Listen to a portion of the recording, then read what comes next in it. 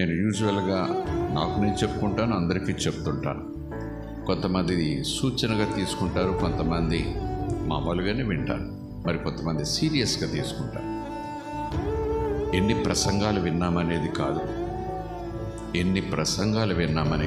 ఎన్ని గంటలు ప్రార్థించామనేది కాదు, ఏం ప్రార్థించాం.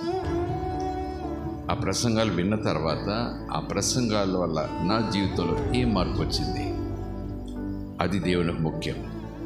లేకపోతే you are wasting your life, you are wasting your devotion, you are wasting your spiritual development also. వినాలి, ప్రసంగాలు వినాలి, కానీ 30 మంది ప్రసంగాలు రోజు వింటాను నేను. Stop it.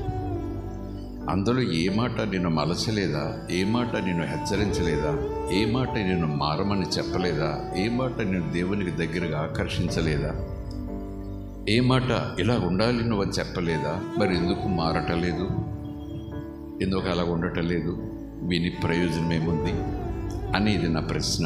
స్తోత్రం కలుగునుగాక.